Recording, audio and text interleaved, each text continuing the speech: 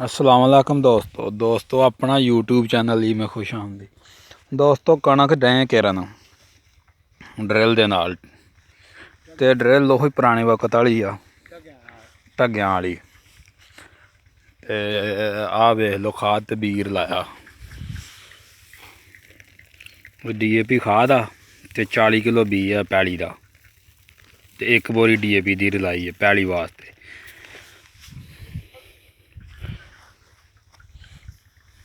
ते आ हुण इधर डे जा बंदा केरन तुहानूं लागे जाके वीडियो विखालते हैं।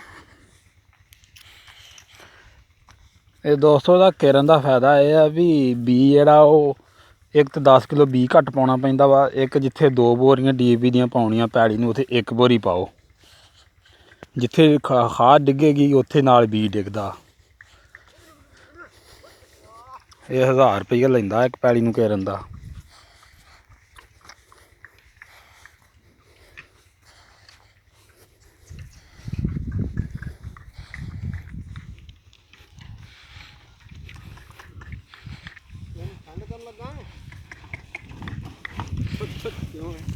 नहीं अपने यूट्यूब चैनल ते चाढ़ांगे के आ देख लो जी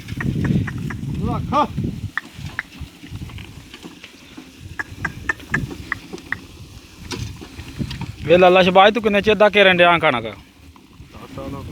ये जी 10 साल तो बंदा लगातार डिया केरन कणक।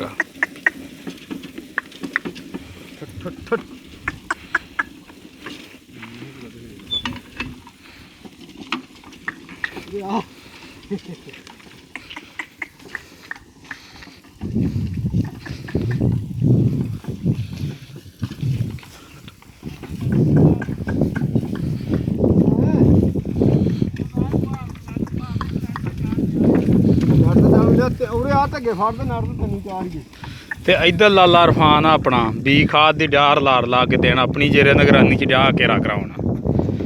ये लाला रफान मरूख जूबा 26 वाला आ वेख लो डा खाद बीर लाउना।